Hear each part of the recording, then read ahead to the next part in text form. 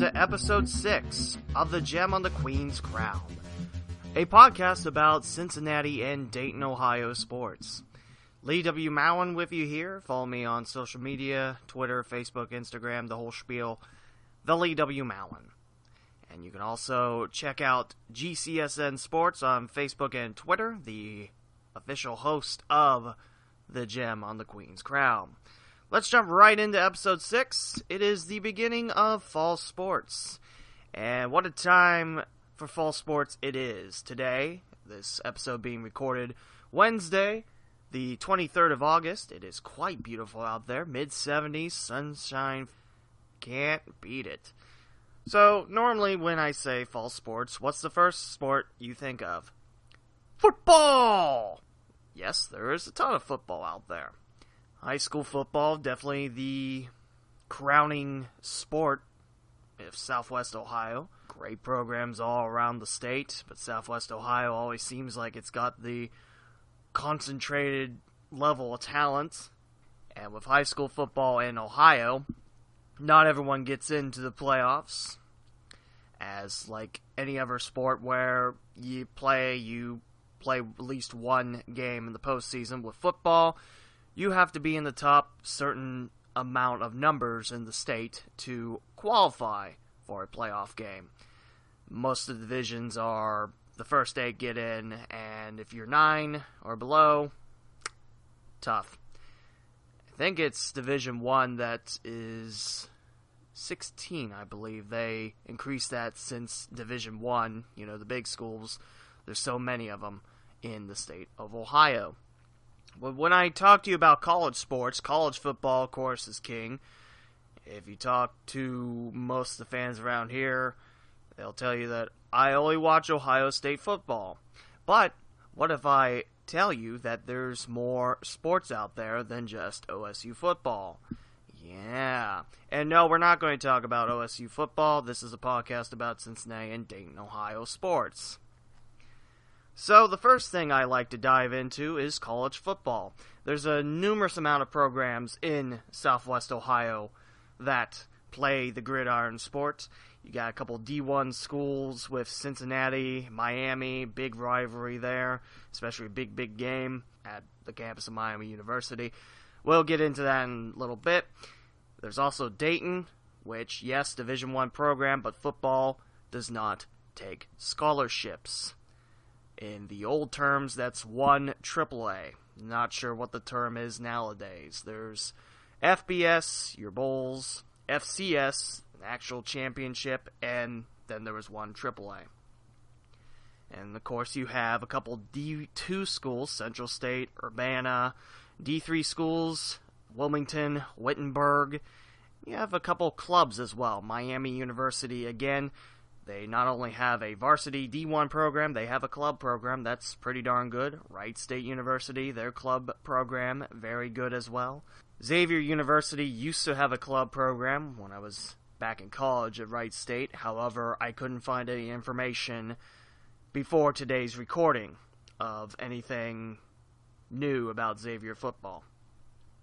So let's get on with it. What are some of the games I should watch, Lee? Well, I made a document. It is 7 pages and, wow, about 2,700 words long of football and soccer schedules. Doug Brown of GCSN was very kind to make me a college volleyball schedule, which will go on in a little bit.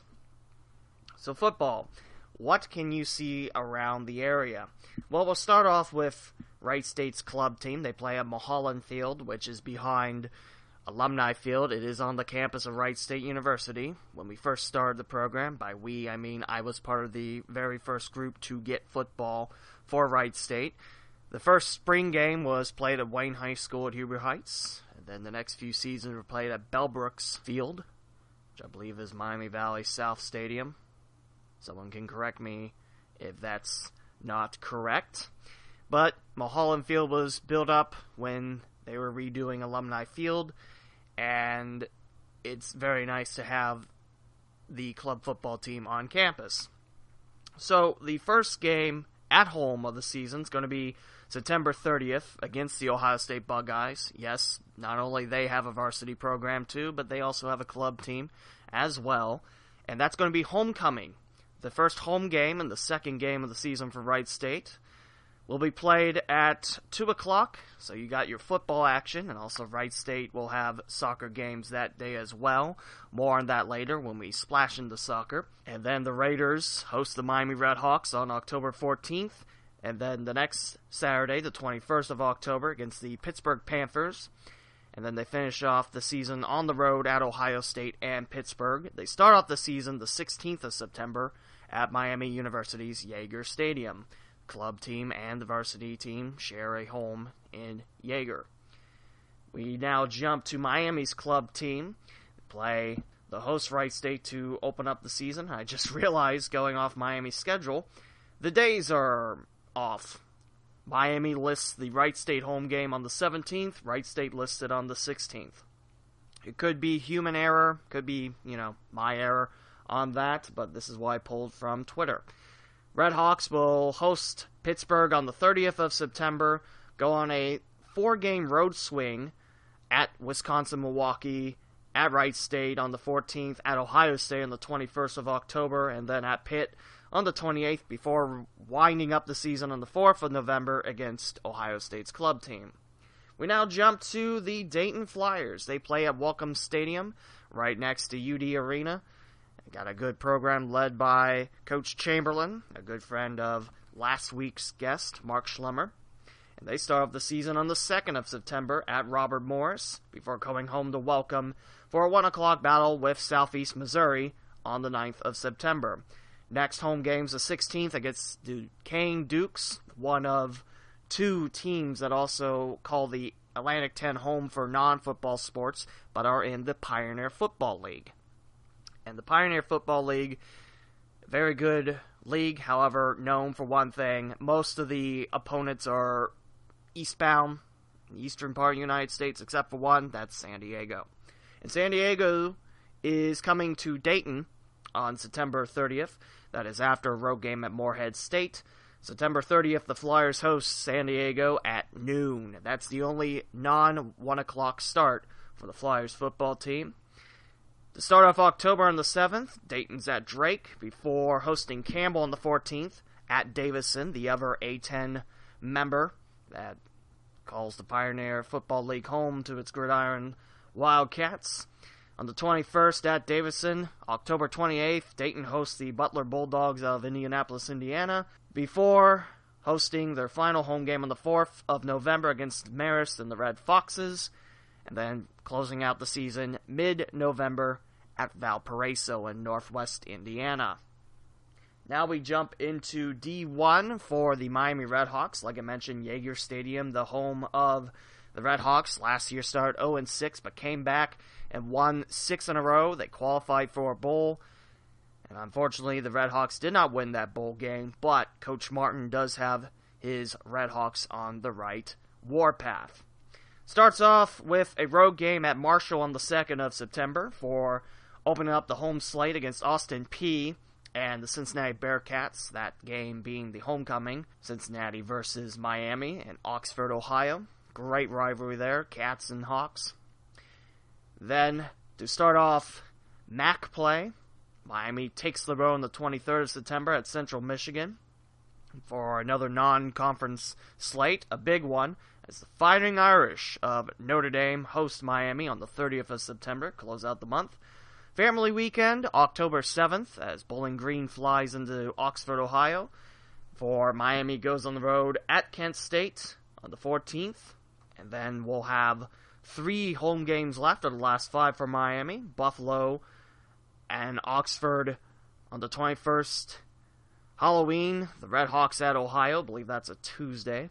On the 7th and 15th, Miami's home against Akron and Eastern Michigan, respectively.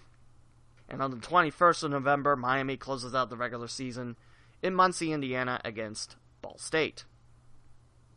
Now on to Cincinnati, calling Nippert Stadium home, along with the very successful USL club FC Cincinnati. The Bearcats start at home not too far from now, on this 23rd of August. On the 31st of August, Luke Fickell makes his Cincinnati debut as the head coach against Austin Peay before taking a road trip to Ann Arbor on the 9th of September, taking on the Michigan Wolverines. On the 16th, Cincinnati is at Miami, and like I mentioned, that game will be televised on Fox 19, WXIX, if you're in the Cincinnati area, also on ESPN3. And the nice thing about ESPN3, just give your cable or satellite credentials. I'm trying to think of the best word for that, but I guess credentials works. Put in your info, say, yeah, I have ESPN, you can watch ESPN3. And it's literally a bunch of schools out there. It's really nice. Anyway, Cincinnati and Miami on the 16th of September. On the 23rd, Cincinnati is now at Navy. On the 30th of September, Bearcats come back home against Marshall, just the second home game of the first 5 for Coach Fickell's Cincinnati Bearcats.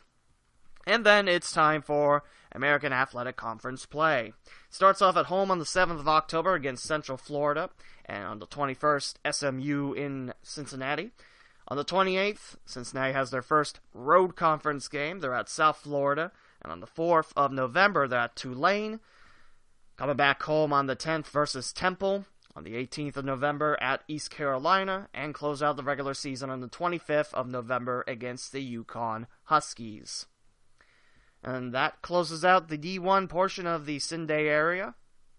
Like I mentioned, Cincinnati and Miami, pure D1, where they have scholarships. Dayton, D1, but no football scholarships. And we did mention 2 club teams in Wright State and Miami. Now we head to Division II. First off, the Central State Marauders. They call McPherson Stadium home, a beautiful facility in Wilberforce, Ohio. That's just northeast of Xenia, in between Cedarville and Xenia. And it kicks off on the 2nd. Before I mention the Central State schedule, you can listen to the home games of the Marauders football team on GemCitySports.com. Doug Brown has the call for you on GCSN. And also a nice thing about GemCitySports.com, all the games are archived onto the site, meaning you missed the live broadcast of it, no sweat. Just come back and there it is. Poof. Just like that.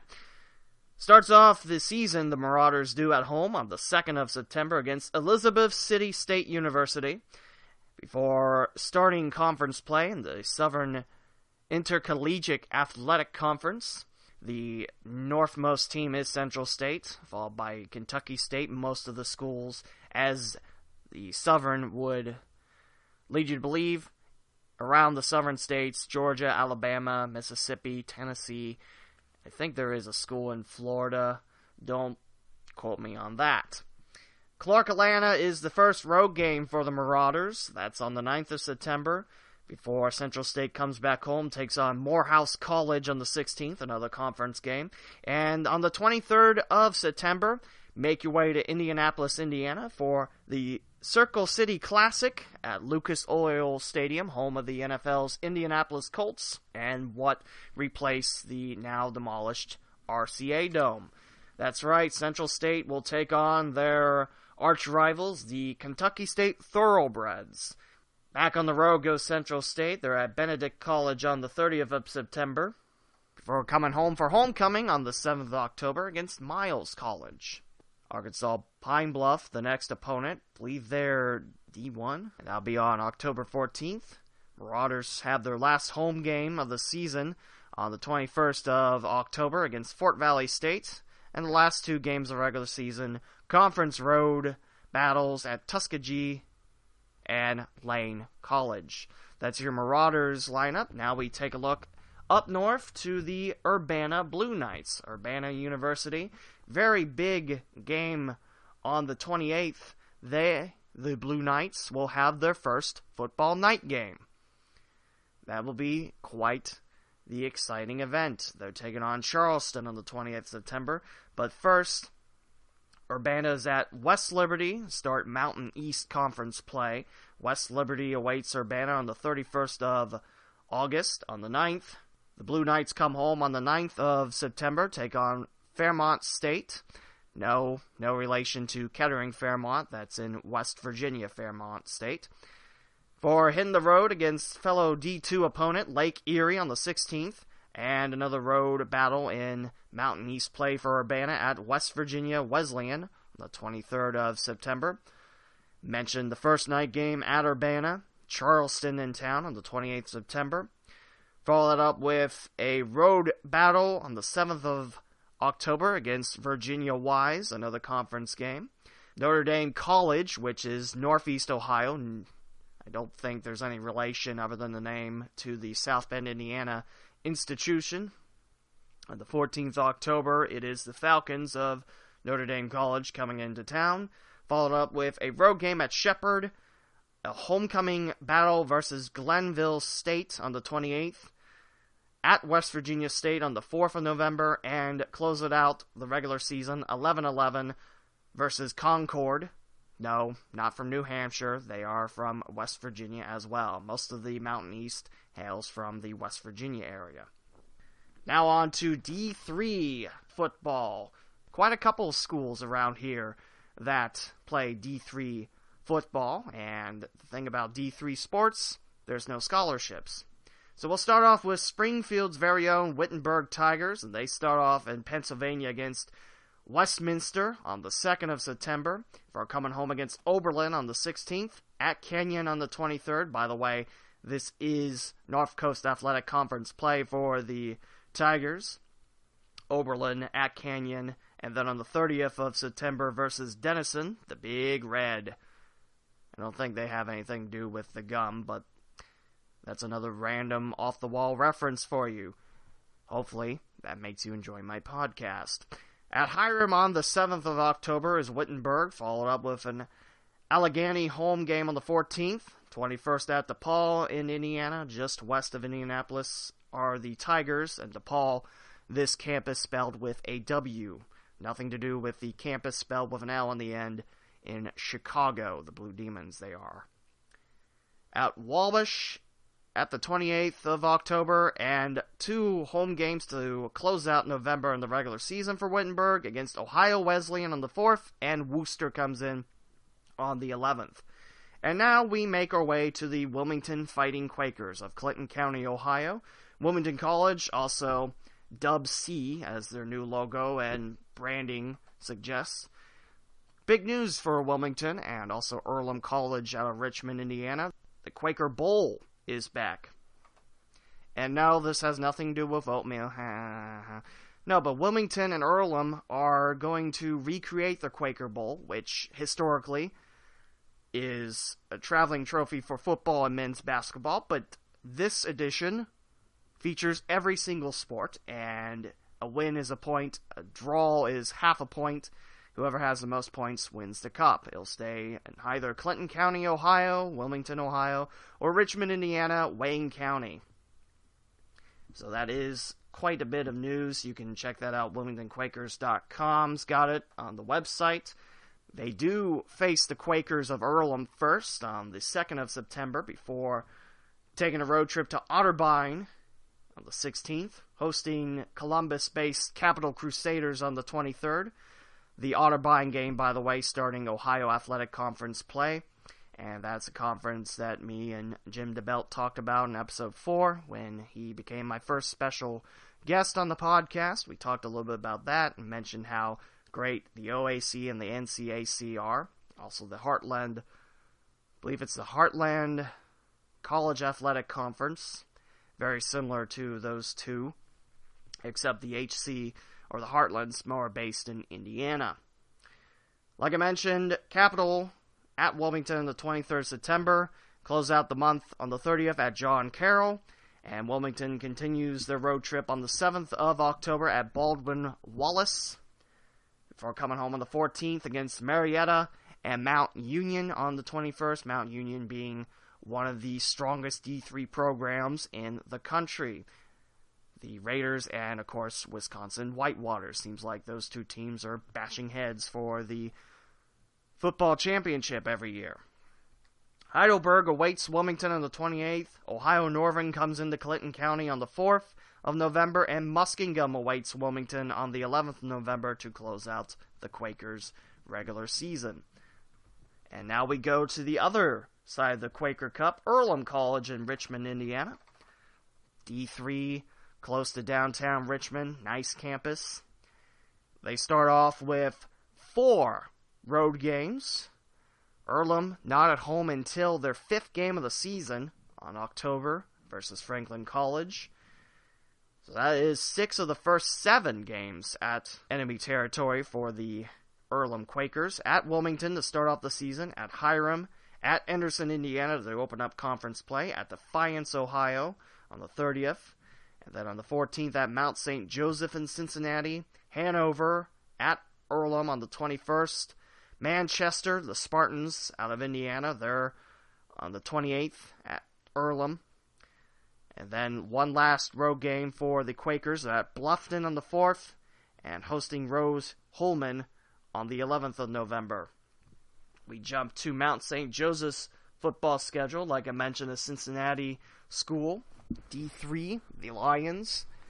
They start off on the road in Columbus at Capitol against the Crusaders on the 2nd of September, before coming home for 2 straight against DePaul, and a conference opener against the Bluffton Beavers on the 16th.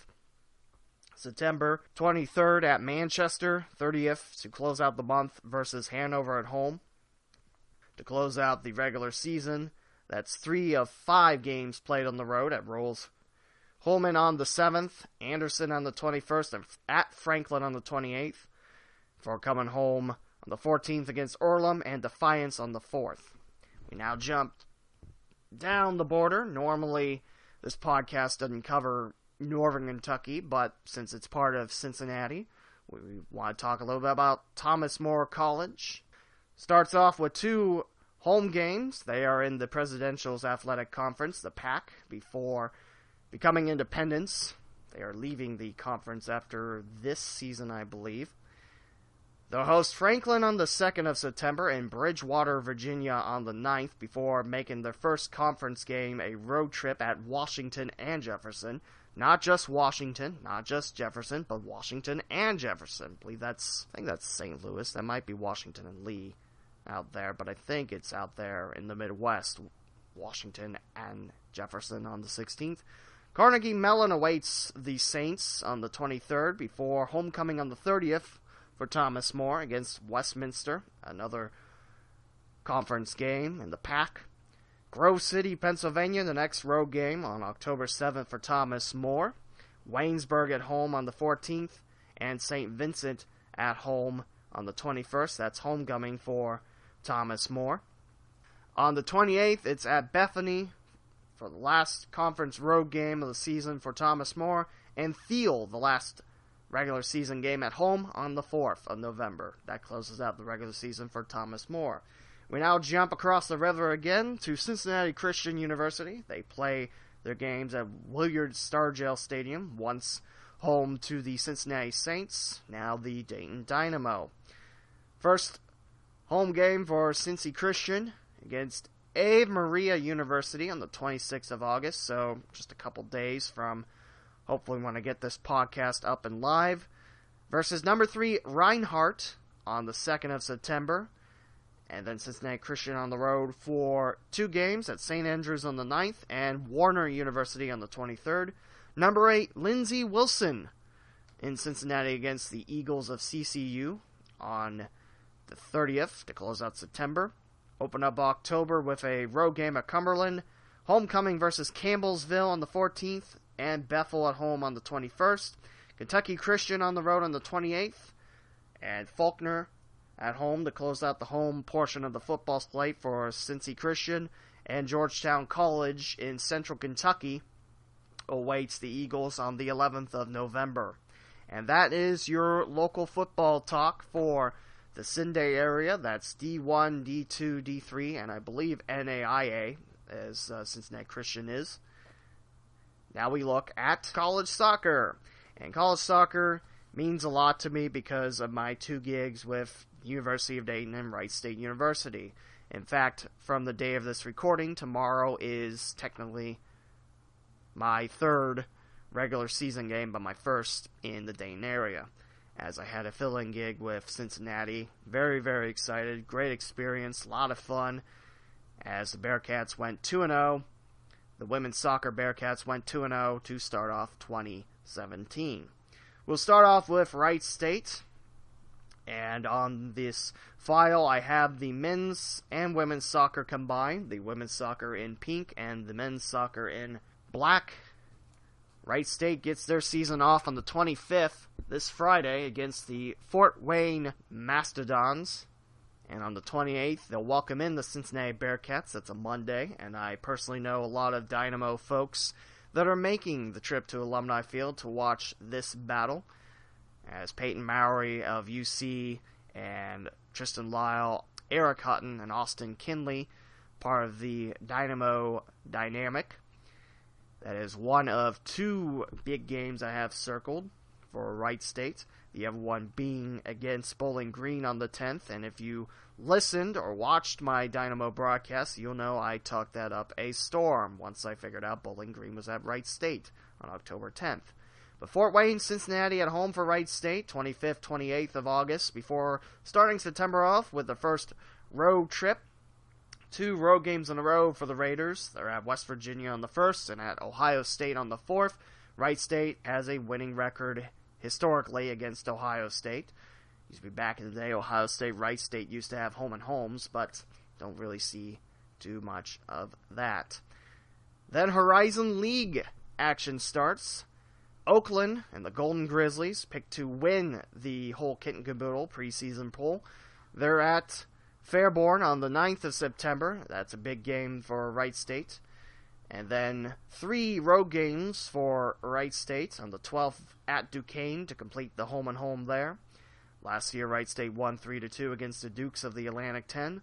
At UIC, a team picked to finish second in the Horizon League on the preseason poll. The Raiders will be in Chicago on the 16th, and on the 19th, they'll finish up a home against Eastern Illinois.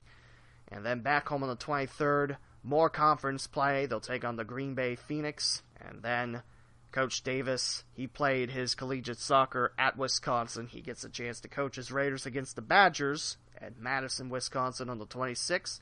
And to close out September, homecoming for Wright State. The men will take on Detroit Mercy later that night. That's a 7 o'clock game, and the women will take on Milwaukee at 3 o'clock. And like I mentioned, Wright State's football team plays Ohio State at 2. So, yes, there's a lot of things happening in Alumni Field. Get there early for parking, because they take up the main lot for the student get-together. And this year is also the WWSU and The Guardian, the student newspaper, Wright State homecoming. And as someone that spent quite a bit of time at WWSU, I can tell you that has been heavily circled in my agenda with a permanent marker. It's a weekend I'm not missing for anything. Wright State then heads to Belmont. Belmont not a member in the Horizon League except for men's soccer, and I believe this is their last year of that agreement. The Bruins hosting Wright State on the 7th. Bowling Green in town on the 10th. That's the Interstate 75 Cup. And at Milwaukee to continue Horizon League play on the 14th. Northern Kentucky in town on the 21st. At Cleveland State on the 28th. And Horizon League newcomer IUPUI, which is short for Indiana University, Purdue University, Indianapolis. And before you ask, no, they can't just rename it Indianapolis. There is a Division II school in town that is UIndy and Indianapolis. They're the Greyhounds. They have to have a very good program as well. But IUPUI in town on the 3rd of November. And that wraps up the regular season for Wright State. They have a chance to host the semifinals and finals if they are the number 1 seed. If you're the 3 or 4 seed, you get to host a quarterfinal match. If you're the 2nd seed, you don't get to host anything, but you do have a bye. So there's that. Now we look at the women's soccer schedule. As women's soccer in Division I has already started, Wright State is 1 win and 1 loss in the season. They were at the University of Nevada Las Vegas tournament. The Rebels handed the Raiders their first loss on the 20th, 5-1. UNLV won, but before that game, Weber State was handed a loss from Wright State. 1-0 Raiders won that game. The home portion starts tomorrow against Western Michigan, the Broncos of the Mid-American Conference, before Wright State takes a short hop to Oxford, Ohio to play the Red Hawks on the 27th. Back home next Thursday, the 31st, against the Bonnies of St. Bonaventure, which will be the very first time St. Bona and Wright State have played women's soccer against each other. A road trip for Wright State at West Virginia on the 4th. The men play there on the 1st. On the 4th, they're at Ohio State. Before coming home against former Horizon League member Valparaiso on the 8th. They're at Bowling Green on the 10th of September before starting Horizon League play against the Youngstown State Penguins. That's on the 15th. And then D3 Capital comes into town on the 17th for a 2-conference road game slate begins for Wright State at Green Bay on the 23rd. Wright State handed Green Bay a 5-1 loss at home last year. And then Northern Kentucky, who defeated Wright State twice, once in regular season, once in the postseason. They'll be at Highland Heights. The Raiders will on the 27th. Homecoming game, like I mentioned, a 3 o'clock first kick for Wright State hosting Milwaukee.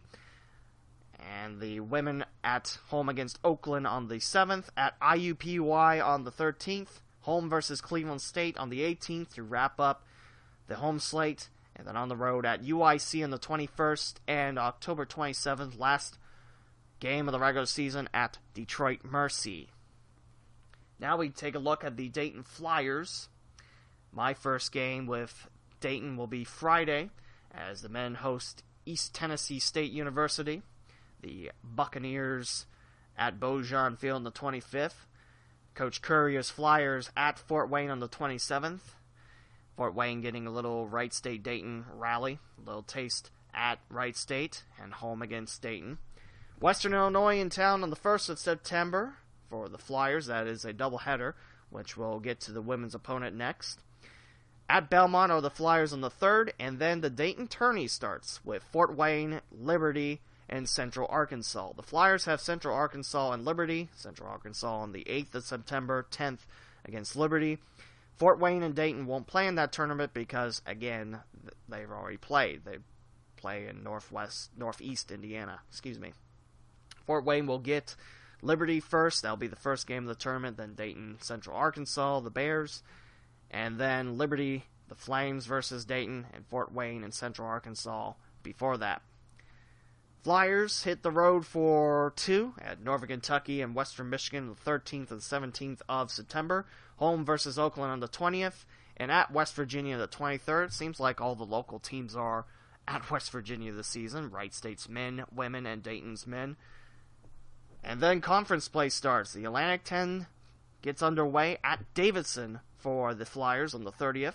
Back home on the 4th against St. Joseph's in the Hawks.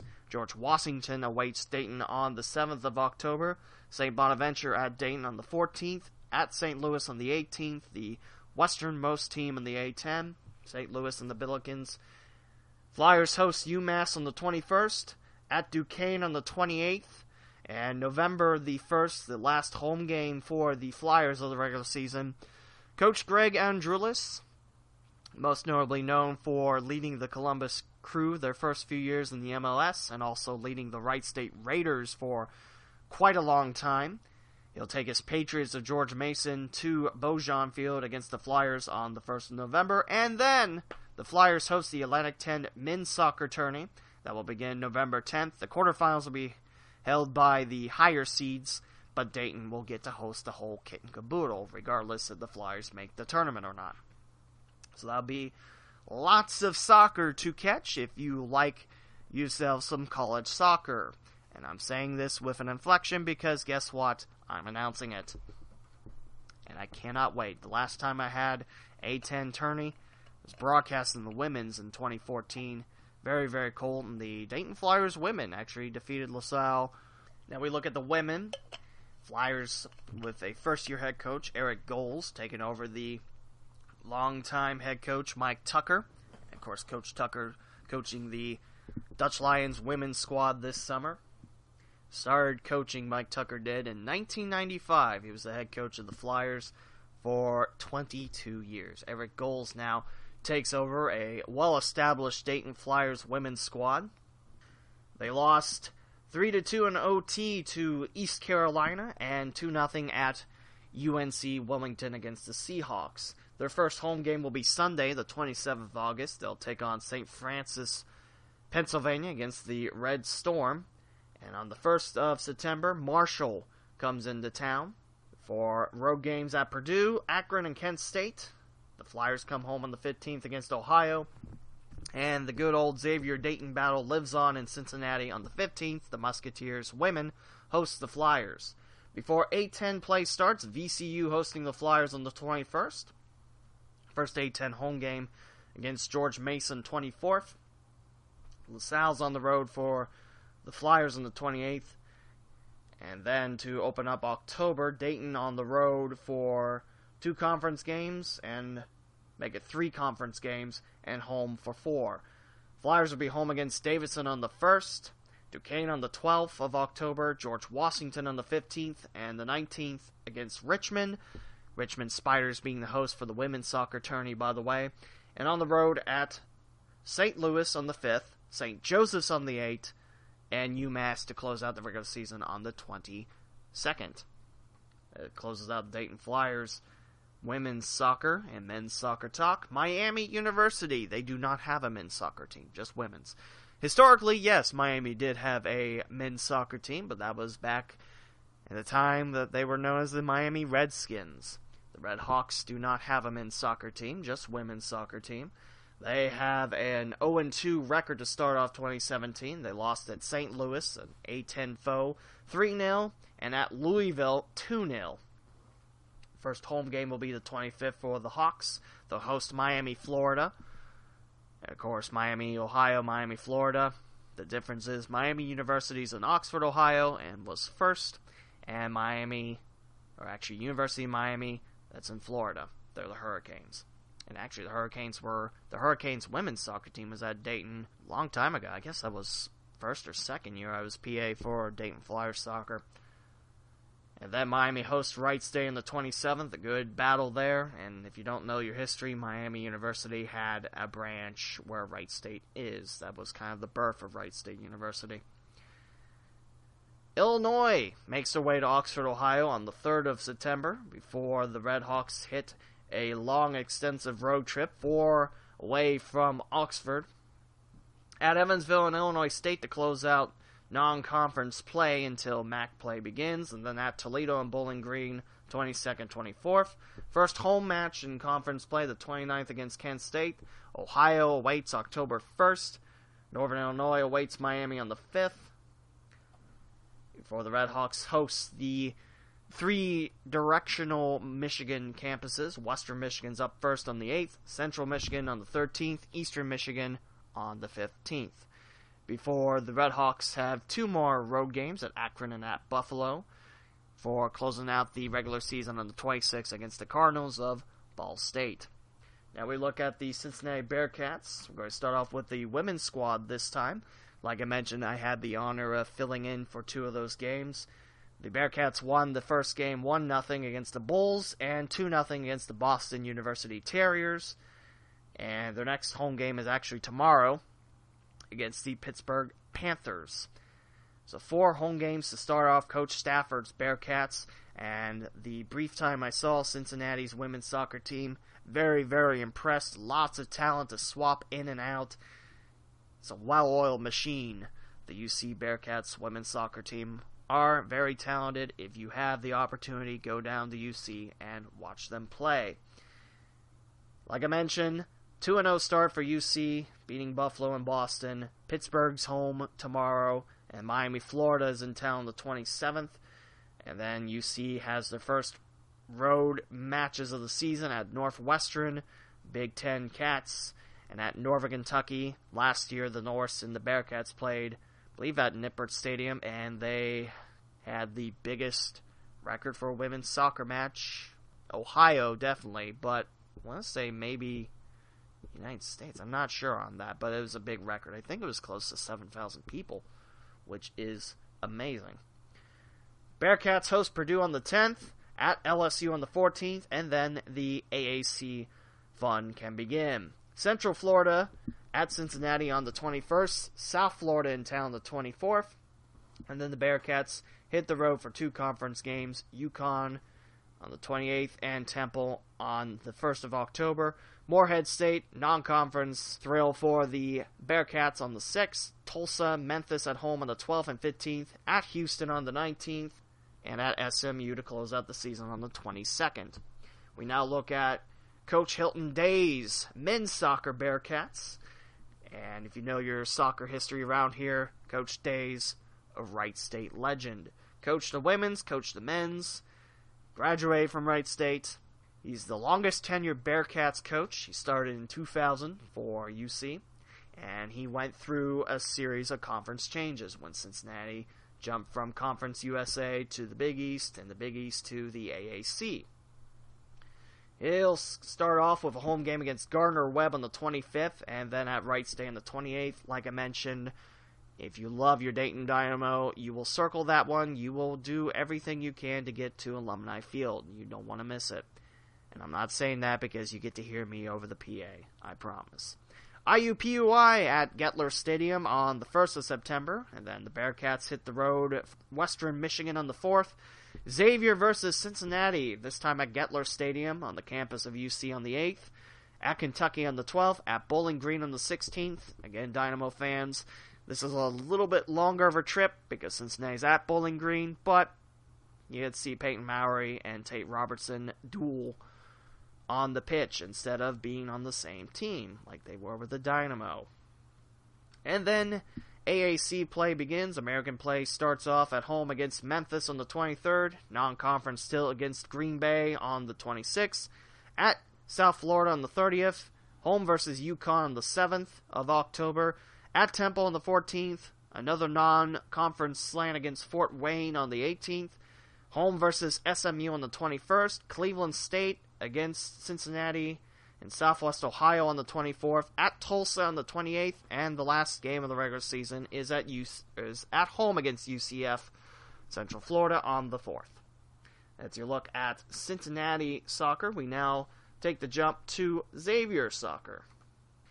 Xavier plays on the campus of Xavier University. That sounds obvious, but it is on the western side of Victory Parkway. Nice field. Once the home of the Cincinnati Dutch Lions. Very nice field. Also, if you bring a blanket along, you can sit on the steep hill right behind the bleachers. I like Xavier's field. The men start off on the 25th against Loyola Chicago, and the 27th they're at home against Drake. Starts off the road slate at Harvard on the 1st, Boston College on the 4th, and they're at Cincinnati. Yes, I know, it's about 5 minutes. No, who are we kidding? With Cincinnati traffic, it's about 10 hours. No, they're at Cincinnati on the 8th, hosting Cleveland State on the 12th, and then your Big East Conference slate can begin. Home versus the Georgetown Hoyas on the 16th, a non-conference road game at Kentucky on the 20th. Conference play begins again on the 23rd at St. John's, home against Providence on the 30th of September. Another non-conference tilt, this time at home against Detroit Mercy. That ought to be a good game on the 3rd of October. On the 7th, at Villanova, at Creighton on the 14th. Home versus Marquette and the Golden Eagles on the 21st. At DePaul on the 25th. Home versus Seton Hall for the last regular season home game for the Musketeers. The 28th of October and November 1st close it out with a trip to Indianapolis. The Butler Bulldogs await November 1st. For the women, they are 1-1 this season. Started off with a 3-2 win against Cleveland State and lost to Duke 3-1. Their next game's on the 25th against Ball State and the 27th against the Pittsburgh Panthers. On the 1st of September, another home game for Xavier, Eastern Kentucky in town. Ohio visits on the 3rd. Before Xavier hits the road for the second time this year, they are at Duquesne. A former Atlantic 10 battle there, the Duquesne Dukes and the Xavier Musketeers. Xavier jumped from the A-10 to the Big East. You know, when that whole Big East melting thing happened, and then the Big East lived on with about the same amount of schools. They still have a Cincinnati representation, but not from the Bearcats, this time the Musketeers. Home versus Northern Kentucky on the 10th. That'll be a good Cincinnati battle there at Xavier.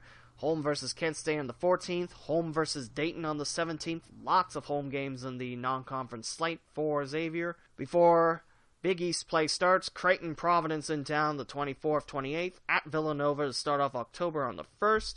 At Butler on the 5th. Home versus DePaul, the Blue Demons, not DePaul with a W, on the 8th. At Marquette on the 14th. Home versus Seton Hall on the 19th. At St. John's and at Georgetown the 26th. And that wraps up 2017's regular slate for Xavier. And that wraps up most of the D1 schools. We'll jump to Northern Kentucky. I kind of have it out of order because I didn't remember until, oh yeah, I'm typing up Thomas Moore's schedule. I was like, oh yeah, sorry Norse. I didn't mean to forget about it, I promise. We'll start off with the women. A 2-0 record for the Norse. A very, very talented Norse squad. Saw that last season at Wright State. And this year the Norse get to host the Raiders. They won against Eastern Kentucky 2-1 and another 2-1 win, this time against Morehead State. They're at Indiana State on Friday before coming back home on the 29th versus Appalachian State. Murray State in town on the 3rd. Cincinnati on the other side of the river on the 7th, which, by the way, it's probably already well known, but if you don't know, Cincinnati Hoops will be played at NKU this year as Fifth Third Arena gets the renovations done.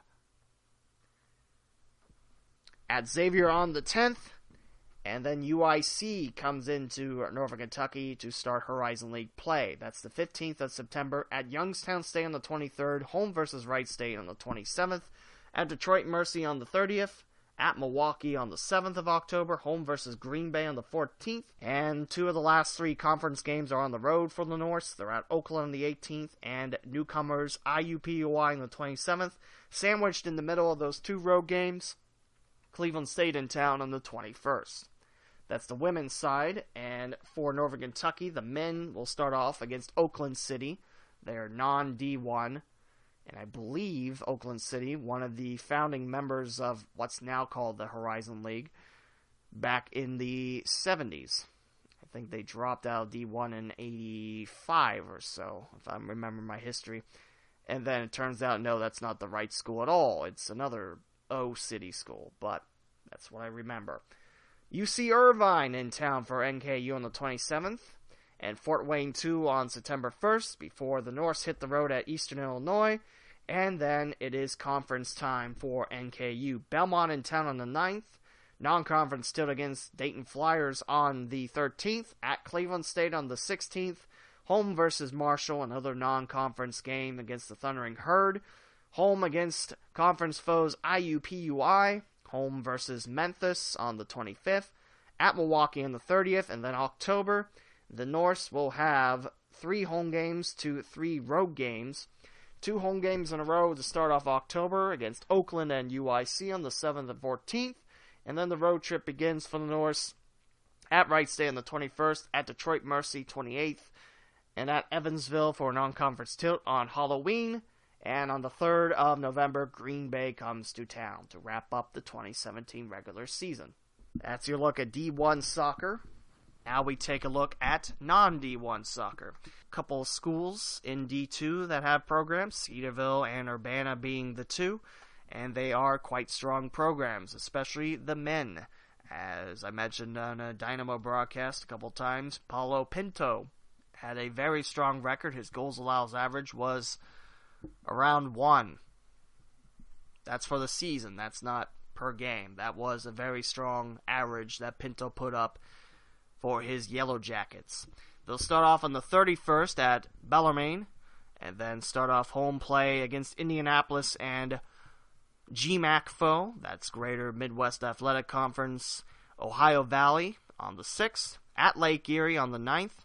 And before I continue with Cedarville's men's soccer team, as someone that has seen the GMAC when Central State was a part of the conference, this conference has really grown. They have really picked the pockets of the Great Lakes Intercollegiate Athletic Conference. I mean, that was the D2 conference. They had lots of teams, but it seemed like the GMAC has picked up a lot of Ohio and West Virginia schools.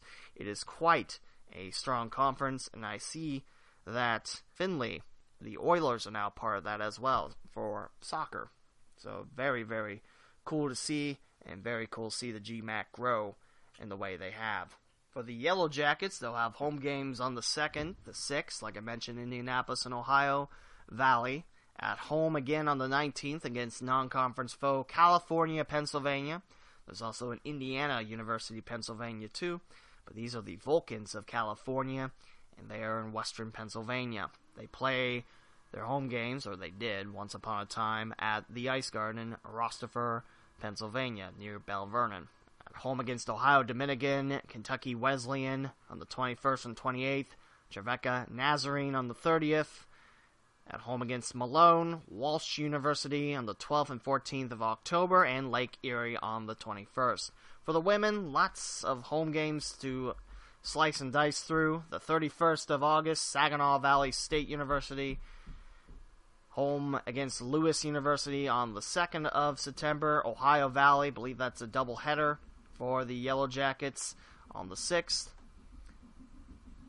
Ohio Dominican on the 21st, Findlay on the 23rd, Kentucky Wesleyan on the 28th, Trevecca Nazarene on the 30th of September. Lots of home games for the Yellow Jackets women's soccer team. A long road trip before Cedarville back at home against Ursuline College. Ursuline being a women's-only university in Pepper Pike, Ohio. That's Northeast Ohio. And they are the Arrows. Ursuline College. And then the last home game of the season against the Storm of Lake Erie, 21st of October. We now jump to Urbana. They start off the year, the men's soccer team does, at Ohio Dominican for the Interstate 70 Cup. Wright State Bowling Green have the I-75 trophy, but it's the Ohio Dominican Panthers and the Urbana Blue Knights for the I-70 Cup.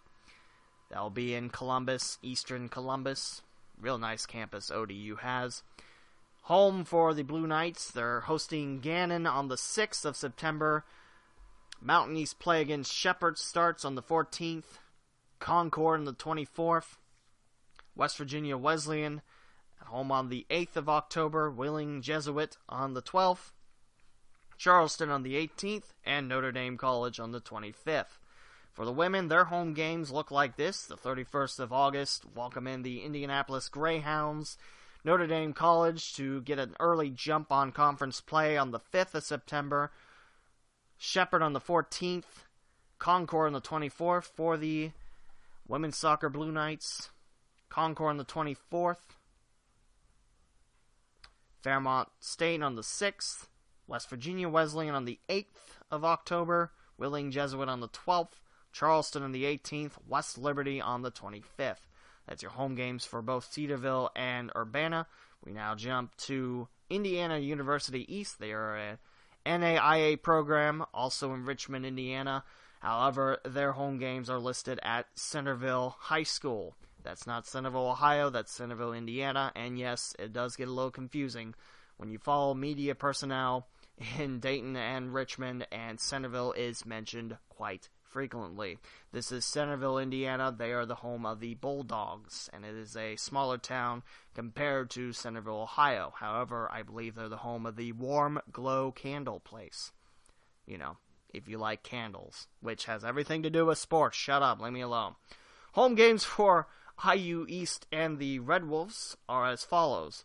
You're going to have to wait a little bit because the men's soccer Red Wolves, they start off on the road at Huntington, Concordia, Michigan, Lourdes University, Lincoln Christian, UC Claremont, and Earlham College, that being the closest game to a home game, before the 16th of September, IU East hosts the University of St. Francis. Another road game for IU East before the home slate thickens. Goshen College on the 23rd, and the first conference game of the River States Conference. Ohio Christian in town on the 30th. Point Park in at the 12th. Carlo on the 14th. Cincinnati Christian, actually, scratch that. That Cincinnati Christian game's at Xavier on the 21st. So if you would like to see IU East and Cincinnati Christian duel, it will be at Xavier. Actually, we'll get to this point in a little bit. Two more home games for the men's soccer Red Wolves. Brescia, Brescia. I think that's Brescia, probably Brescia. It's a conference game on the 26th of October, and midway to close out the regular season, 28th.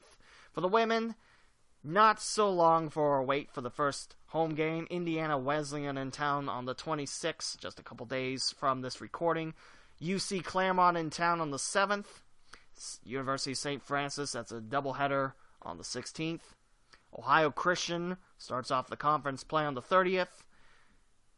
Allegheny on the 21st.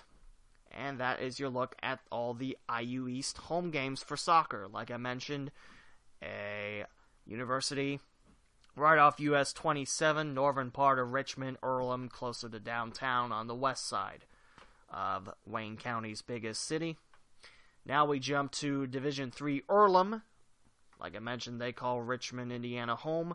And the first home game for the men against Heidelberg on the 1st, Oberlin on the 2nd, Indiana East on the 9th, Worcester on the 16th, Wilmington for the Quaker Bowl on the 20th. And then at home against the Bluffton Beavers to start off HCAC play. That's on the 30th. Home versus Defiance on the 11th. Hanover comes in on the 18th. Franklin College on the 21st. That wraps up the home slate, as the Quakers will have conference road games at Rules-Hulman, Mount St. Joseph in Cincinnati, Anderson, Indiana, Transylvania, and Manchester, Indiana. For the women, they'll have two home games on the 7th and 9th against McMurray and St. Mary of the Woods, not to be confused with St. Mary of the Lakes or St. Mary's of the Land. I don't know why I'm making those jokes. I'm terribly sorry. Those will probably be edited out.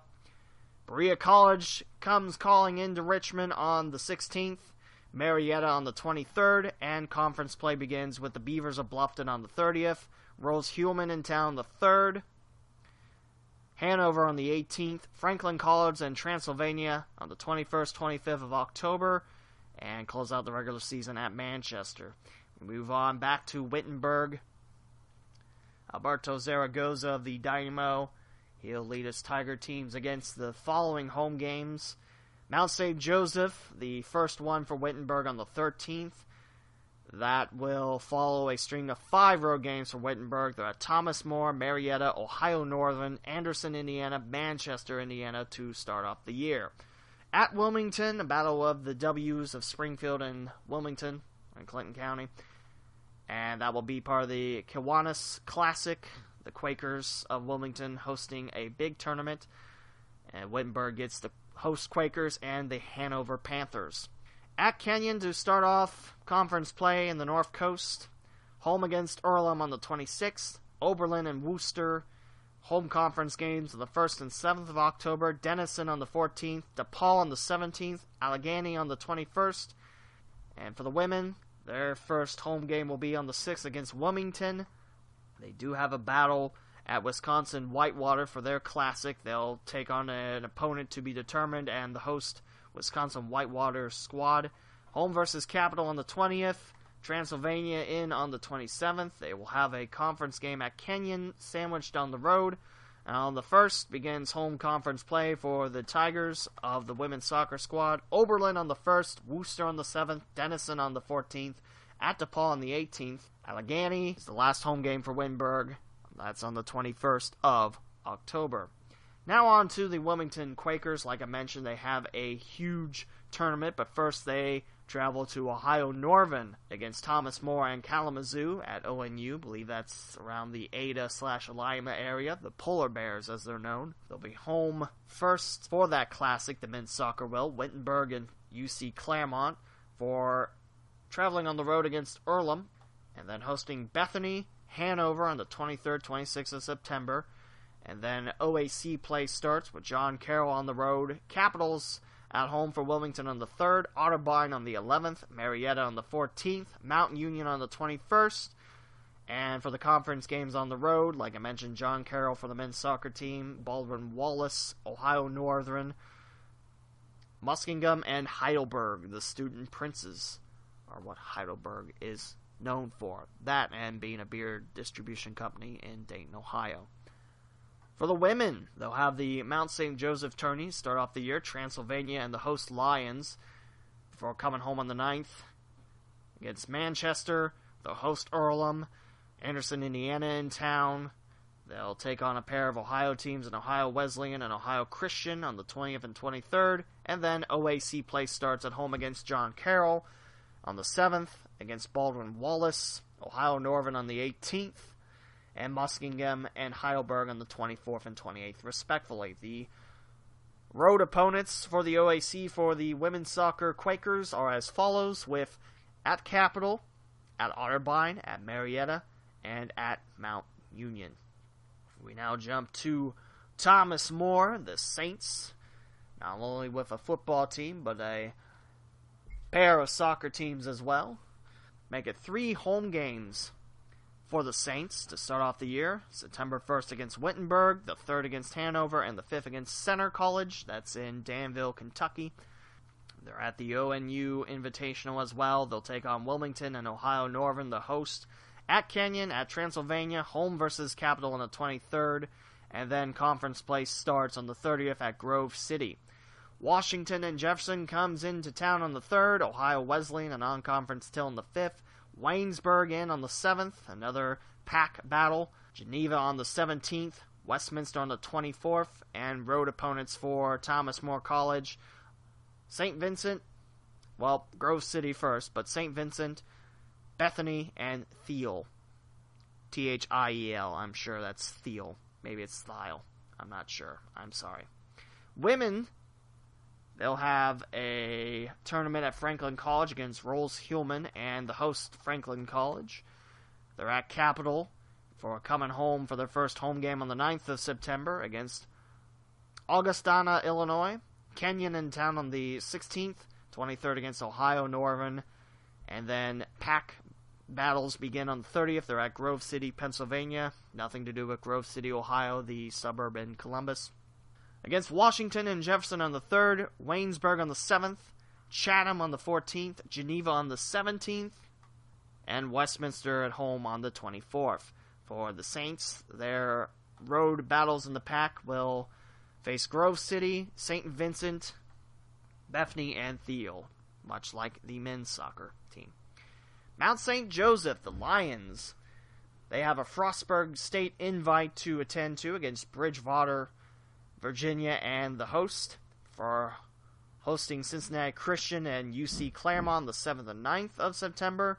Back home on the 17th against Heidelberg and Southern State on the 19th. Spalding in town the 22nd. And they'll host Georgetown, Kentucky for the second to last home non-conference tilt. And then Transylvania in town the 4th. Earlham on the 7th of October. Franklin on the 14th. That's the last non-conference tilt. At least that's what I had on the schedule. Rolls-Hulman on the 18th. Manchester 21st. And that wraps up the home slate for Mount St. Joseph's men's soccer team. The women's soccer team, they have their own tourney. They'll host Wilmington and Salem on the 2nd and 3rd. Mount Union on the 6th, Spalding on the 9th. Heidelberg on the 17th. They're at UC Claremont, which, if you don't know where that is, that's in Batavia, Ohio, a branch campus of Cincinnati. Also have a branch campus in Blue Ash. However, I don't believe they have athletics there. At home against Heidelberg on the 17th. Fontbonne on the 23rd, that's a road game, but I wanted to bring up, that is the first time I ever heard of Fontbonne. That might be Fontbonne. I'm not entirely sure. It's Fontbonne. Next home game won't be for a while. That is a string of 5 in a row on this page, and 5 in a row is that road slant for the Lions women's soccer team. They'll have 3 home games in a row after starting conference play at Anderson, Indiana, and Transylvania. Earlham, Bluffton, Franklin on the 7th, 11th, and 14th of October at Rolls-Hulman, and then hosting Manchester and Hanover to close out the home portion of their 2017 calendar. That's on the 21st, 25th, for closing out the season at Defiance on the 28th. And now we look at Cincinnati State, well, we would if I could find a schedule. You see, last week it was announced that Cincinnati State would briefly get rid of all athletics with the exception of soccer because they had their teams lined up, the Surge did. And that's a huge loss, and that was Sinclair Community College's closest foe. Sinclair does not field football, nor do they field soccer. although they would have a home at Athletes in Action, I'm sure, if the need for soccer ever arose from the downtown Dayton campus. Cincinnati State will have soccer, however, I cannot find a schedule for either. In fact, we scroll up here to where I actually have Cincinnati State. I have 2 home games for the men. It is September 30th against Lakeland Community College and the 1st of October against Cuyahoga Community College. Like I mentioned, not a lot of community colleges have soccer. St. Clair does not. And the women's soccer team, I could not find anything for the upcoming 2017 season. So I do apologize about that, Surge fans. But we'll move on to UC Claremont. They will play their games at West Claremont Middle School, a combination of Glen Estey and, I believe, Amelia High School. The Barons and the Trojans. And they become Wolves. For the Cougars of UC Claremont, their first home game will not be until the 7th of September, where they host the IU East Red Wolves. They'll be at Mount St. Joseph on the 9th. At Southern State, that's towards the Hillsborough area, if my memory serves me right. They will take part in the Wilmington Kiwanis Classic. They'll take on Hanover and the host Quakers. Before coming home on the 22nd, the men's soccer team takes on Shaw University. Asbury College comes in on the 23rd, Boyce College on the 2nd of October, Cincinnati Christian on the 4th, Midway on the 10th, RMU Springfield, which I can only assume is short for Robert Morris University. They do have a branch campus in Illinois and the main campus in Moon Township, Pennsylvania. I actually considered going to Robert Morris University when I was looking at colleges, and I picked Wright State. But RMU Springfield at West Claremont Middle School on the 12th. Southern State, Cincinnati State, and Oakland City, 23rd, 27th, 28th to round up the home slate for the Cougars. The women's soccer team, they'll start right off the bat on the 31st of August against Cincinnati Christian. They'll host Mount St. Joseph on the 13th of September. Won't be back at home until the 22nd, also against Shaw University. They'll be at home on the 2nd of October against Kentucky Christian. Southern State in town on the 4th. Penn State Scranton on the 14th of October. And Oakland City, the last home game of the regular season for UC Claremont's women's soccer team, on the 28th.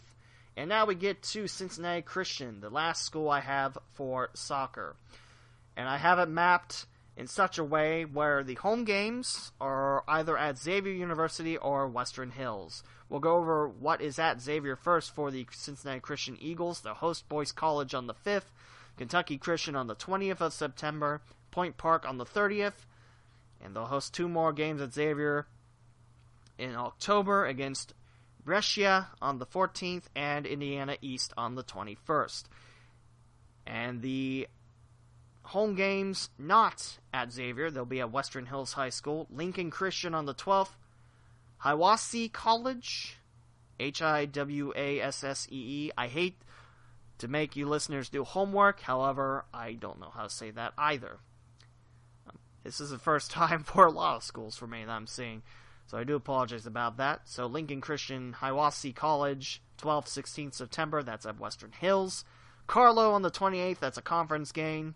And I believe just one more game at Western Hills on the 19th against Ohio Christian. Again, a conference game for Cincinnati Christian. For the women, they either play their games at Xavier or Cincinnati. So they're at Xavier's soccer complex or Gettler Stadium. Their first home game won't be for a while, although they will host Cincinnati, or they will be at Cincinnati Claremont on the 31st of August. St. Mary of the Woods on the 5th of September. That's at Xavier. Anderson, Indiana comes in to Xavier on the 13th. Mount Vernon Nazarene on the 18th, which I think is in Columbus. Not entirely sure. Could be in Mount Vernon, Ohio. You know how the name goes, but I think there's a branch of Mount Vernon in Columbus. That doesn't matter much.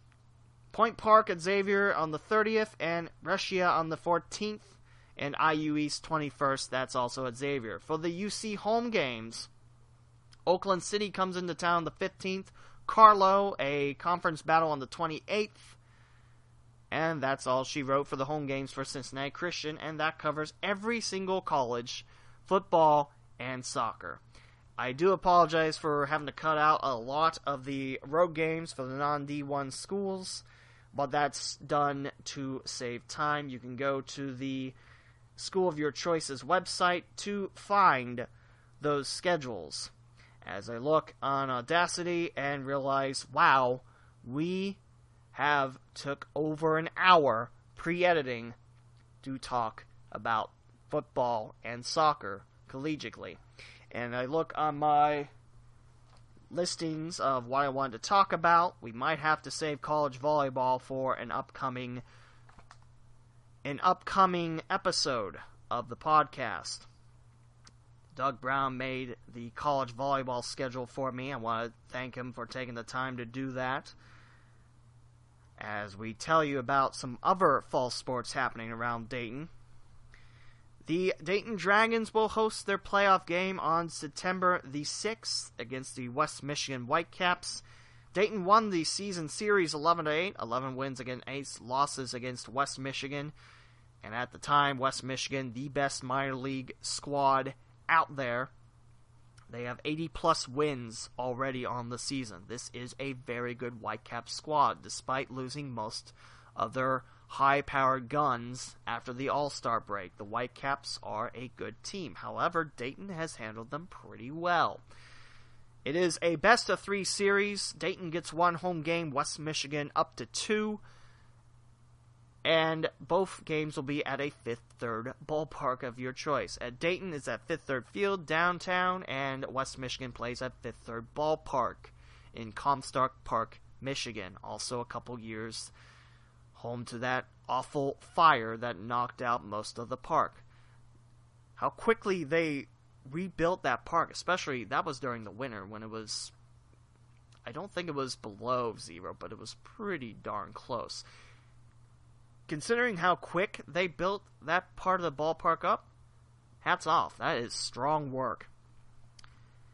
Dayton, however, has been playing a lot better ball. They have only dropped 2 of their last 9. They have won back-to-back 4-game series at home against West Michigan and on the road at Lake County. The first game of that Lake County series was kind of a dud for the Dragons. They lost 10-1 and only picked up 3 hits in the match. However, Dayton responded quite nicely, and last night they dropped Bowling Green 12-0.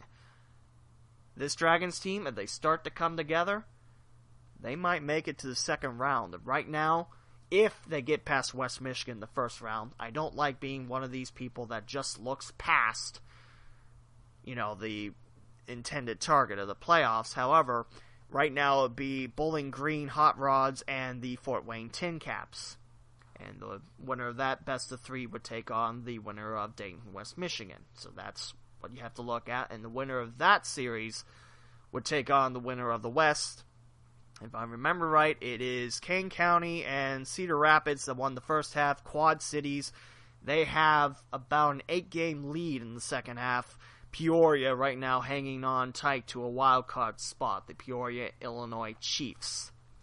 And the Quad City River Bandits, once known as the Swing of the Quad Cities. And the jerseys with the miss-sized numbers, if you remember that. Texas Longhorn Orange and Sky Blue. Yes, you can look it up on the internet. I swear, it's on there.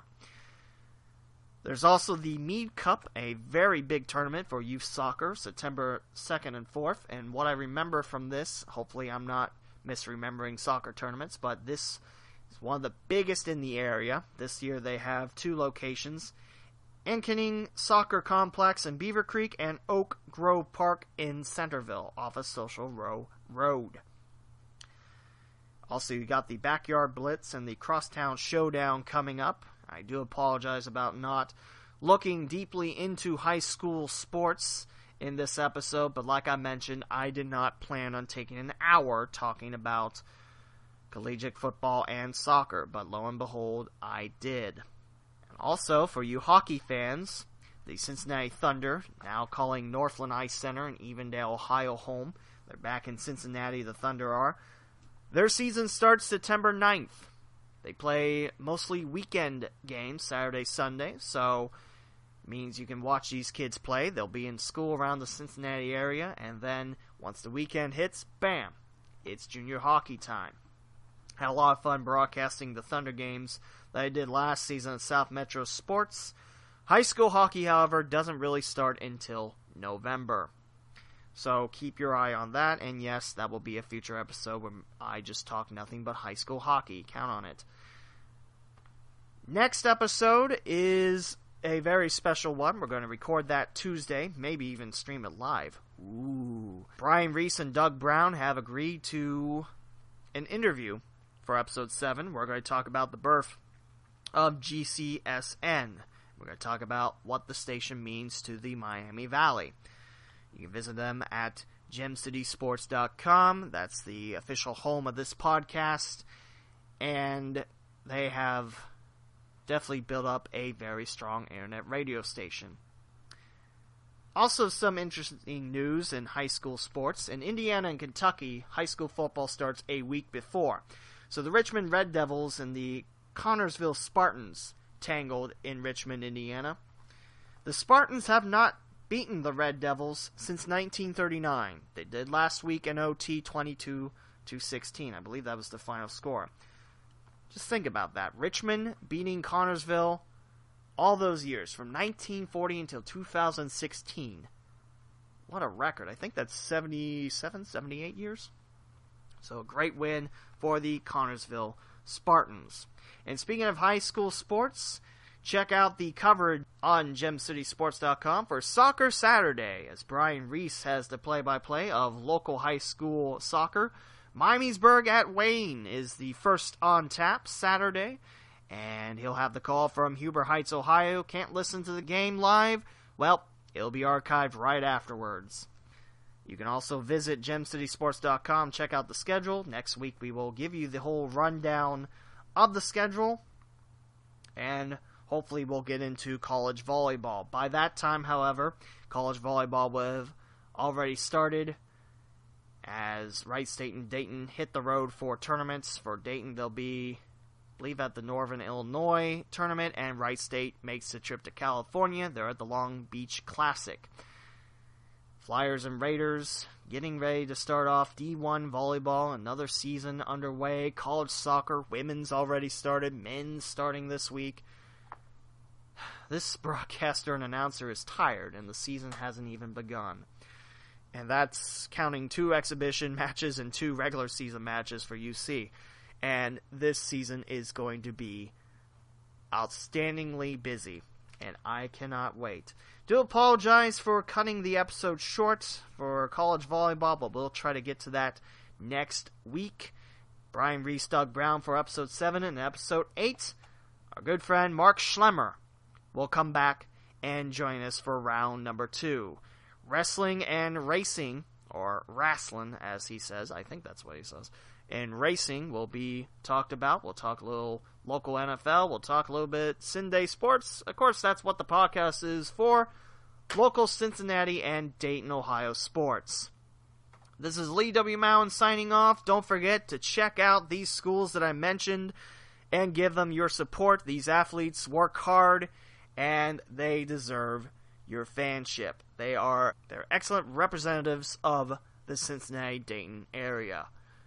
This is Lee W. Mowen signing off for episode 6 of The Gem on the Queen's Crown.